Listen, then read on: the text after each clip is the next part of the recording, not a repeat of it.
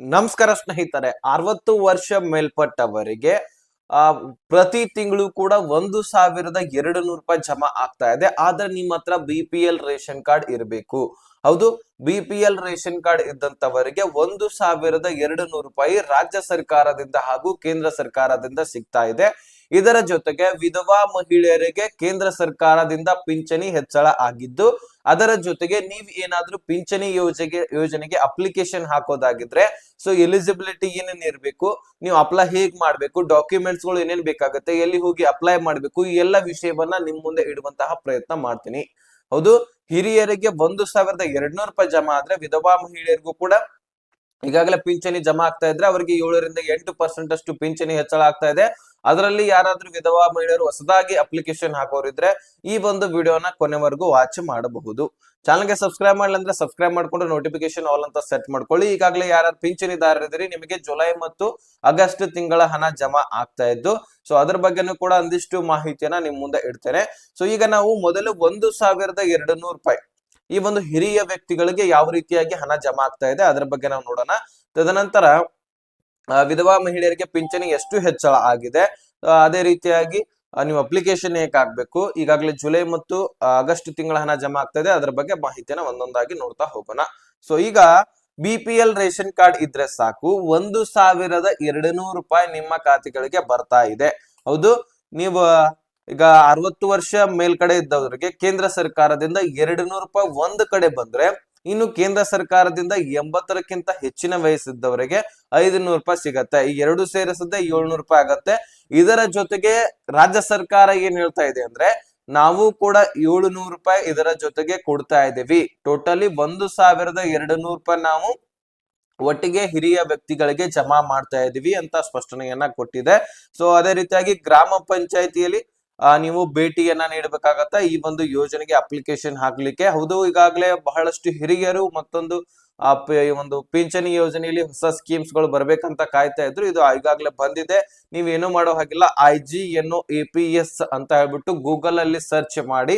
So ನಿಮಗೆ official website ಇದ್ರ ಬಗ್ಗೆ ಸಿಗತ್ತೆ. ಅಲ್ಲಿ ಕೂಡ ನಿಮಗೆ ಬೆನಿಫಿಟ್ಸ್ ಏನೇನಿದೆ, ಎಲಿಜಿಬಿಲಿಟಿ ಏನೇನ್ ಇರಬೇಕು, ಅಪ್ಲೈ ಹೇಗ್ ಮಾಡ್ಬೇಕು, ಅಲ್ಲಿ ಒಂದು ಫಾರ್ಮ್ ಇರತ್ತೆ. IGNOAPS ಅಂತ ಹೇಳ್ಬಿಟ್ಟು ಒಂದು ಫಾರ್ಮ್ ಇರತ್ತೆ. ಅದನ್ನ ಫಿಲ್ಅಪ್ ಮಾಡಿ ನೀವು ಅಪ್ಲೈ ಮಾಡ್ಕೊಳ್ಬಹುದು, ಅಥವಾ ಗ್ರಾಮ ಪಂಚಾಯತಿಗೆ ಭೇಟಿ ನೀಡಿ ಅಪ್ಲೈ ಮಾಡ್ಕೊಳ್ಬಹುದು, ಅಥವಾ ಕರ್ನಾಟಕದ ಸೇವಾ ಸಿಂಧು ಪೋರ್ಟಲ್ ನಲ್ಲಿ ಈ ಒಂದು ಅರ್ಜಿಯನ್ನ ನೀವು ಸಲ್ಲಿಸಬಹುದು, ಆ ಒಂದು ಫಾರ್ಮ್ ಅನ್ನ ತುಂಬುವುದರ ಮುಖಾಂತರ.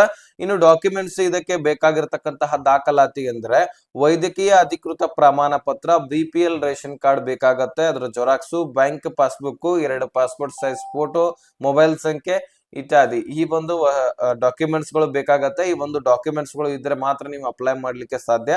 ಸೊ ಇದ್ರ ಬಗ್ಗೆ ನೀವು ಹೆಚ್ಚಿನ ಮಾಹಿತಿ ಬೇಕಾಗಿದ್ರೆ ಡಿಸ್ಕ್ರಿಪ್ಷನ್ ಅಲ್ಲಿ ಆ ಒಂದು ಲಿಂಕ್ ಅನ್ನ ಕೊಟ್ಟಿರ್ತೀನಿ, ವೆಬ್ಸೈಟ್ ಲಿಂಕ್ ಅನ್ನ. ಸೊ ಆ ಒಂದು ವೆಬ್ಸೈಟ್ ನಲ್ಲಿ ನೀವು ಎಂಟರ್ ಆದ್ರೆ ಸಾಕು, ನಿಮಗೆ ಕೆಳಗಡೆನೆ ತೋರಿಸ್ಬಿಡತ್ತೆ ಬೆನಿಫಿಟ್ಸ್ ಏನು, ಇದಕ್ಕೆ ಫಾರ್ಮ್ ಫಿಲ್ಅಪ್ ಮಾಡೋದು, ಅದೇ ರೀತಿಯಾಗಿ ನಿಮ್ಗೆ ಇದರಿಂದ ಎಲಿಜಿಬಿಲಿಟಿ ಏನೇನ್ ಇರಬೇಕು, ಸೊ ಇದೆಲ್ಲವೂ ಕೂಡ ಅಲ್ಲಿ ಇರತ್ತೆ. ಅದನ್ನ ನೋಡ್ಕೊಂಡು ನೀವು ಅಪ್ಲಿಕೇಶನ್ ಅನ್ನ ಹಾಕೋಬಹುದು. ಸೊ ಇಷ್ಟು ಮಾಡಿ, ಅಥವಾ ನೀವು ಗ್ರಾಮ ಪಂಚಾಯತ್ಗೆ ಭೇಟಿ ನೀಡಿ, ಅಥವಾ ಕರ್ನಾಟಕದ ಸೇವಾ ಸಿಂಧು ಪೋರ್ಟಲ್ಗೆ ಭೇಟಿ ನೀಡಿ ಅಪ್ಲಿಕೇಶನ್ ಅನ್ನ ಹಾಕೋಬಹುದು.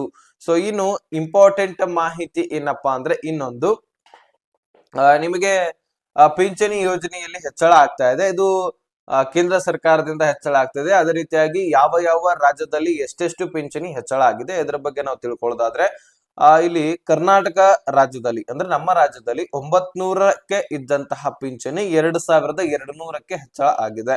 ಇನ್ನು ಉತ್ತರ ಪ್ರದೇಶದಲ್ಲಿ 500ರಿಂದ 1,500ಕ್ಕೆ ಏರಿಕೆ ಆಗಿದೆ. ಇನ್ನು ಬಿಹಾರದಲ್ಲಿ 600ರಿಂದ 2,000ಕ್ಕೆ ಏರಿಕೆ ಆಗಿದೆ. ಮಹಾರಾಷ್ಟ್ರದಲ್ಲಿ 800ರಿಂದ 2,000ಕ್ಕೆ ಏರಿಕೆ ಆಗಿದೆ. ಹರಿಯಾಣದಲ್ಲಿ 1,200ರಿಂದ 2,500ವರೆಗೂ ಕೂಡ ಏರಿಕೆ ಆಗಿದೆ. ಮಧ್ಯಪ್ರದೇಶದಲ್ಲಿ 1,000ದಿಂದ 3,000ವರೆಗೂ ಕೂಡ ಏರಿಕೆ ಆಗಿದೆ. ರಾಜಸ್ಥಾನದಲ್ಲಿ 750ರಿಂದ 2,500ವರೆಗೂ ಕೂಡ ಏರಿಕೆ ಆಗಿರ್ತಕ್ಕಂಥದ್ದು. ಸೊ ಹೈಯೆಸ್ಟ್ ಮಧ್ಯಪ್ರದೇಶ ಅಂತ ಅನ್ಬಹುದು, 3,000ಕ್ಕೆ ಏರಿಕೆ ಆಗಿದೆ. ಇನ್ನು ಹರಿಯಾಣ ಸೆಕೆಂಡ್ ಹೈಯೆಸ್ಟ್ 2,500 2,500ಕ್ಕೆ. ಇನ್ನು ಥರ್ಡ್ ಹೈಯೆಸ್ಟ್ ಅಂದ್ರೆ ನಮ್ದೇ 2,200ಕ್ಕೆ ಏರಿಕೆ ಆಗಿದೆ. ಸೊ ಇನ್ನು ಇದಕ್ಕೆ ಯಾರಾದ್ರೂ ವಿಧವಾ ಮಹಿಳೆಯರು ಅಪ್ಲಿಕೇಶನ್ ಹಾಕ್ಬೇಕಂತ ನೀವು ಅನ್ಕೊಂಡಿದ್ದೆ ಆದ್ರೆ, ಸೊ ಬಹಳಷ್ಟು ಜನ ಕಾಯ್ತಾ ಇರ್ತೀರಿ ಪಿಂಚಣಿ, ನಿಮ್ಮ ಬೆಳವಣಿಗೆಗೆ, ನಿಮ್ಮ ಮಕ್ಕಳ ವಿದ್ಯಾಭ್ಯಾಸಕ್ಕೆ. ಸೊ ಮೊದಲೇ ಗಂಡ ಇರೋದಿಲ್ಲ, ನೀವೇ ದುಡಿತಾ ನಿಮ್ಮ ಸಂಸಾರವನ್ನ ನಡೆಸ್ತಾ ಇರ್ತೀರಿ. ಸೊ ಮಕ್ಕಳಿದ್ರೆ ಅವರ ಶಾಲಾಭ್ಯಾಸಗಳಿಗೂ ಕೂಡ ಕಲಿಸಬೇಕಾಗತ್ತೆ. ಸೊ ಅದಕ್ಕೆಲ್ಲವೂ ಕೂಡ ಖರ್ಚು ವೆಚ್ಚ ಆಗ್ತಾ ಇರತ್ತೆ. ಅದಕ್ಕೋಸ್ಕರ ಇಲ್ಲಿ ಅಪ್ಲಿಕೇಶನ್ ನೀವು ಇಂಥದ್ರಲ್ಲಿ ಹಾಕಿ ಇದರಿಂದ ಯೋಜನೆಯನ್ನ ಪಡ್ಕೊಳ್ಬೇಕಾಗತ್ತೆ. ಇಂತಹ ಯೋಜನೆಗಳು ಸಾಕಷ್ಟು ಇದಾವೆ. ಅದರಲ್ಲಿ ಈ ಒಂದು ಯೋಜನೆಯ ಮುಖಾಂತರ ನಿಮಗೆ ಹಣ ಕೂಡ ಸಿಗುತ್ತೆ. ಹಾಗಾದ್ರೆ ಬನ್ನಿ ಇದ್ರ ಬಗ್ಗೆ ನಾನು ಒಂದಿಷ್ಟು ಮಾಹಿತಿಯನ್ನ ನಿಮ್ ಮುಂದೆ ಇಡ್ತೀನಿ. ಇನ್ನು ನೋಡಿ, ಡಾಕ್ಯುಮೆಂಟ್ಸ್ ಗಳನ್ನ ನಾವು ಏನೇನು ಕೊಡಬೇಕಾಗತ್ತೆ ಅಂದ್ರೆ, ಪತಿಯ ಮರಣ ಪ್ರಮಾಣ ಪತ್ರ ಬೇಕಾಗತ್ತೆ. ಮೊದಲನೇದಾಗಿ ವಿಧವಾ ಮಹಿಳೆಯರಿಗೆ ಪತಿಯ ಮರಣ ಪ್ರಮಾಣ ಪತ್ರವನ್ನ ನೀವು ತೆಗಿಸ್ಬೇಕಾಗತ್ತೆ. ಸೊ ಆ ಒಂದು ಪತ್ರ ಇದ್ರೆ ಆಧಾರ್ ಕಾರ್ಡ್ ಬೇಕಾಗತ್ತೆ. ಓಕೆನಾ? ಸೊ ನಿಮ್ದು ಕೂಡ ನಿಮ್ಮ ಪತಿದು ಕೂಡ ಇದ್ರೆ ಬೆಟರು. ಎಮರ್ಜೆನ್ಸಿಗೆ ನಿಮ್ಮ ಪತಿದು ಕೇಳ್ಬೋದು, ಇಲ್ಲ ಮರಣ ಉತ್ತಾರಿದ್ರೆ ಅವ್ರದ್ದು ಮುಗಿತು, ನಿಮ್ಮ ಆಧಾರ್ ಕಾರ್ಡ್ ಅಂತೂ ಬೇಕೇ ಬೇಕು. ಇನ್ನು ರೇಷನ್ ಕಾರ್ಡ್ ಬೇಕಾಗತ್ತೆ. ಸೊ ರೇಷನ್ ಕಾರ್ಡ್ BPL ಆಗಿರ್ಲಿ ಅಥವಾ APL ಆಗಿರ್ಲಿ. ಇನ್ನು ವೋಟರ್ ID ಬೇಕಾಗತ್ತೆ, ಅದು ಕೂಡ ನಿಮ್ದೇ. ಅವ್ರದ್ದೇನ್ ಡಾಕ್ಯುಮೆಂಟ್ಸ್ ಇಲ್ಲ, ಅವ್ರದ್ದು ಮುಖ್ಯವಾಗಿ ಗಂಡರದ್ದು ಪತಿಯ ಮರಣ ಪ್ರಮಾಣ ಪತ್ರ ಒಂದು ಇದ್ರೆ ಸಾಕು. ಇನ್ನು ಬ್ಯಾಂಕ್ ಪಾಸ್ಬುಕ್ ಬೇಕಾಗತ್ತೆ, ನಿಮಗೆ ದುಡ್ಡು ಜಮಾ ಆಗ್ಬೇಕಲ್ವಾ. ಇನ್ನು ವಯಸ್ಸಿನ ಮತ್ತು ಆದಾಯ ಪ್ರಮಾಣ ಪತ್ರ, ಇನ್ಕಮ್ ಕಾಸ್ಟ್ ಬೇಕಾಗತ್ತೆ, ಕಾಸ್ಟ್ ಇನ್ಕಮ್. ಜಾತಿ ಪ್ರಮಾಣ ಪತ್ರ ಬೇಕಾಗತ್ತೆ, ಕಾಸ್ಟ್ ಇನ್ಕಮ್ ಒಮ್ಮೆ ಹೇಳಿದೀನಿ. ಸೊ ಇನ್ನು ಪಾಸ್ಪೋರ್ಟ್ ಸೈಜ್ ಫೋಟೋ ಬೇಕಾಗತ್ತೆ. ಇನ್ನು ಮೊಬೈಲ್ ಸಂಖ್ಯೆ ಬೇಕಾಗತ್ತೆ. ಈ ಮೊಬೈಲ್ ಸಂಖ್ಯೆ ಆಧಾರ್ ಕಾರ್ಡ್ ಆಗಿರ್ಲಿ, ಈ ಒಂದು ಬ್ಯಾಂಕ್ ಪಾಸ್ಬುಕ್ ಆಗಿರ್ಲಿ ಲಿಂಕ್ ಆಗಿರ್ಲೇಬೇಕು. ಮತ್ತೆ ಶಾಶ್ವತ ವಾಸಸ್ಥಳ ಪ್ರಮಾಣ ಪತ್ರ, ಇದು ಮುಖ್ಯವಾಗಿರ್ತಕ್ಕಂಥದ್ದು. ನೀವು ಯಾವ ರಾಜ್ಯದಲ್ಲಿ ವಾಸವಾಗ್ತಾ ಇದ್ದೀರಿ ಅನ್ನುವಂಥದ್ದು ಕನ್ಫರ್ಮ್ ಆಗ್ಬೇಕಾಗತ್ತೆ ಗೆ. ಹಾಗಾಗಿ ವಾಸಸ್ಥಳ ಪ್ರಮಾಣ ಪತ್ರ ಅಂದ್ರೆ ಕಾಯಂ ವಾಸಸ್ಥಳ ಪ್ರಮಾಣ ಪತ್ರ ಬೇಕಾಗತ್ತೆ.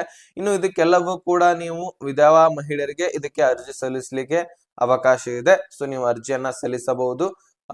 ಇದನ್ನ ನೋಡಿ, ಈ ಒಂದು ಪಿಂಚಣಿಯನ್ನ ಹಣ ನೀವು ಪಡ್ಕೊಳ್ಬೇಕಂದ್ರೆ ಬೇರೆ ಯಾವ ಪಿಂಚಣಿಯನ್ನ ನೀವು ಪಡ್ಕೊಳ್ಳಿಕ್ ಸಾಧ್ಯ ಇಲ್ಲ. ಪಡ್ಕೊಂಡಿದ್ದೆ ಆದ್ರೆ ಈ ಒಂದು ಯೋಜನೆಗೆ ಅಪ್ಲಿಕೇಶನ್ ಹಾಕಲಿಕ್ಕೆ ಆಗೋದಿಲ್ಲ. ಸೊ ಈ ಒಂದು ಯೋಜನೆಯಲ್ಲಿ ಅಪ್ಲಿಕೇಶನ್ ಹಾಕಿದ್ರೆ ಬೇರೆ ಪಿಂಚಣಿ ಪಡೆಯೋದಿಲ್ಲ, ಬೇರೆ ಯೋಜನೆಗಳನ್ನ ಪಡಿಬಹುದು. ಆದ್ರೆ ಪಿಂಚಣಿಯಲ್ಲಿನೇ ಬೇರೆ ಬೇರೆ ಸ್ಕೀಮ್ಸ್ ಗಳು ಇರ್ತಾವಂತೆ, ಅವುಗಳನ್ನ ಪಡ್ಕೊಳ್ಳಿಕ್ ಆಗೋದಿಲ್ಲ. ಇನ್ನು ಇದಕ್ಕೆ ಅಪ್ಲಿಕೇಶನ್ ಹಾಕ್ಬೇಕಂದ್ರೆ ನಾಡ ಕಚೇರಿಗೆ ಹೋಗಿ ನೀವು ಅರ್ಜಿಯನ್ನ ಸಲ್ಲಿಸಬಹುದಾಗಿರುತ್ತೆ. ಸೊ ನೀವು ಇದರ ಮುಖಾಂತರ ಅಪ್ಲಿಕೇಶನ್ ಹಾಕ್ಬೇಕು. ಡಾಕ್ಯುಮೆಂಟ್ಸ್ ಗಳನ್ನ ಕೂಡ ಹೇಳಿದೀನಿ, ಯಾವ ಯಾವ ರಾಜ್ಯದಲ್ಲಿ ಎಷ್ಟೆಷ್ಟು ದುಡ್ಡು ಹೆಚ್ಚಳ ಆಗಿದೆ ಇದರ ಬಗ್ಗೆನೂ ಕೂಡ ನಿಮ್ಗೆ ತಿಳಿಸಿದೀನಿ. ಸೊ ಇನ್ನು ಬಹಳಷ್ಟು ಜನರಿಗೆ ಈಗಾಗಲೇ ಜುಲೈ ತಿಂಗಳದ ಹಣ ಜಮಾ ಆಗ್ಬೇಕಾಗಿದೆ. ಅದರಲ್ಲಿ ಹಿರಿಯರಾಗಿರ್ಲಿ, ವಿಧವಾ ಮಹಿಳೆಯರಾಗಿರ್ಲಿ, ಅದೇ ರೀತಿಯಾಗಿ ಅಂಗವಿಕಲರಾಗಿರ್ಲಿ, ಇವ್ರಿಗೆಲ್ಲರಿಗೂ ಕೂಡ ಒಟ್ಟಾರೆ ಪಿಂಚಣಿಯನ್ನ ಜಮಾ ಮಾಡ್ತಾ ಇರ್ತಾರಲ್ಲ, ಅವ್ರಿಗೆಲ್ಲರಿಗೂ ಕೂಡ ಜಮಾ ಮಾಡ್ಕೊಳ್ಳೋರಿಗೆ ಈಗ ಸದ್ಯಕ್ಕೆ ಜುಲೈ ಮತ್ತು ಆಗಸ್ಟ್ ತಿಂಗಳ ಹಣ ಜಮಾ ಆಗ್ತಾ ಇದೆ ಅನ್ನುವಂತಹ ಇನ್ಫಾರ್ಮೇಶನ್ ಬಂದಿರತಕ್ಕಂಥದ್ದು. ಹೌದು, ಜುಲೈನಲ್ಲಿ ಕೂಡ ಇನ್ನು ಬಹಳಷ್ಟು ಜನರು ಬಾಕಿ ಇದ್ದಾರೆ. ಆಲ್ಮೋಸ್ಟ್ ಎಲ್ಲ ಜನರಿಗೂ ಕೂಡ ಹಾಕ್ಲೇಬೇಕಾಗಿದೆ ರಾಜ್ಯ ಸರ್ಕಾರ. ಸೊ ಪಿಂಚಣಿ ಯೋಜನೆಯಲ್ಲಂತೂ ಬಹಳಷ್ಟು ಡಿಲೇ ಆಗ್ತಾ ಇದೆ. ಈಗ ಆಲ್ರೆಡಿ ಕ್ಲಿಯರ್ ಆಗ್ಬೇಕಾಗಿರ್ತಕ್ಕಂತಹ ಸಂದರ್ಭದಲ್ಲಿ ಒಂದೊಂದು ತಿಂಗಳು, ಎರಡೆರಡು ತಿಂಗಳು ಈ ರೀತಿ ಟೈಮ್ ತಗೊಳ್ತಾ ಇದ್ದಾರೆ. ಈ ಪಿಂಚಣಿ ಯೋಜನೆ ಯಾವುದೇ ಪಕ್ಷ ಬಂದ್ರು ಸಹಿತ ಇದನ್ನ ಕೊಡ್ಲೇಬೇಕು. ಮತ್ತೆ ಪ್ರತಿ ತಿಂಗಳ 5ನೇ ತಾರೀಕು ಒಳಗಾಗಿ ಜಮಾ ಮಾಡಿ ಕ್ಲಿಯರ್ ಮಾಡ್ಬೇಕಾಗಿರತ್ತೆ. ಆದ್ರೆ ಸರ್ಕಾರ ಬಹಳಷ್ಟು ಲೇಟ್ ಮಾಡ್ತಾ ಇದೆ, ಡಿಲೇ ಮಾಡ್ತಾ ಇದೆ. ಇದನ್ನ ಆದಷ್ಟು ಬೇಗ ಹಾಕಿದ್ರೆ ಬೆಟರು. ಪ್ರತಿ ತಿಂಗಳು 5ನೇ ತಾರೀಕು ಒಳಗಾಗಿ ಕ್ಲಿಯರ್ ಮಾಡ್ಬೇಕಾಗಿರತ್ತೆ. ಇಷ್ಟೊಂದು ದಿನ ಡಿಲೇ ಮಾಡ್ತಾ ಇದೆ, ಆದ್ರೆ ಆದಷ್ಟು ಈಗ್ಲಾದ್ರೂ ಜಮಾ ಮಾಡ್ಬೇಕಂತಹ ಮನವಿ ನಮ್ದು ಕೂಡ ಇರತ್ತೆ. ಈಗ ಗ್ಯಾರಂಟಿ ಯೋಜನೆಗಳಲ್ಲಿ ದುಡ್ಡು ಕೊಡ್ಲಿಲ್ಲ ಅಂದ್ರೆ ಬಿಟ್ಟಿದ್ರೆ, ಆದ್ರೆ ಈ ಒಂದು ಪಿಂಚಣಿ ಯೋಜನೆಯಲ್ಲಿ ಕೊಡ್ಲೇಬೇಕಾಗತ್ತೆ. ಕೊಡ್ತಾರನು ಕೂಡ, ಇದರಲ್ಲಿ ಏನ್ ಸಂಶಯ ಇಲ್ಲ.